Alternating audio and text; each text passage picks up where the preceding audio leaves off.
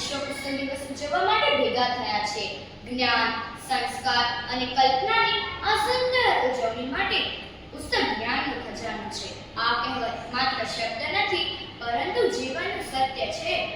પુસ્તક આપણને એ જ્ઞાન આપે છે જે આપણું જીવન પ્રકાશિત કરે છે.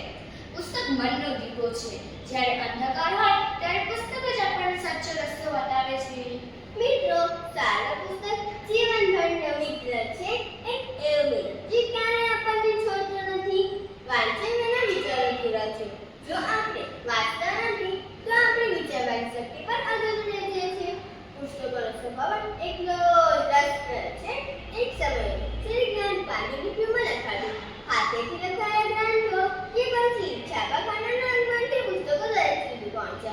અને આજે ટેકનોલોજીના યુગમાં ઈ-બુક દ્વારા આખો પુસ્તકાલય આપણા હાથમાં આવી ગયું છે. પણ મિત્રો, જ્ઞાનથી મોટું કોઈ ધન નથી.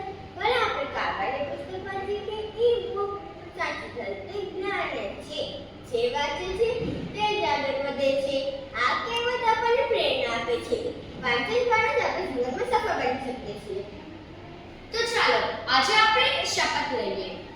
રોજ થોડો સમય વાંચન કરવાનું કાઢીશું, નવા વિચારો શીખીશું અને આપણા જીવનને વધુ સુંદર બનાવીશું. અંતમાં પુસ્તક ખોલો, જ્ઞાનની જ્યોત જગાવો, મનના અંધકારને દૂર ભગાવો.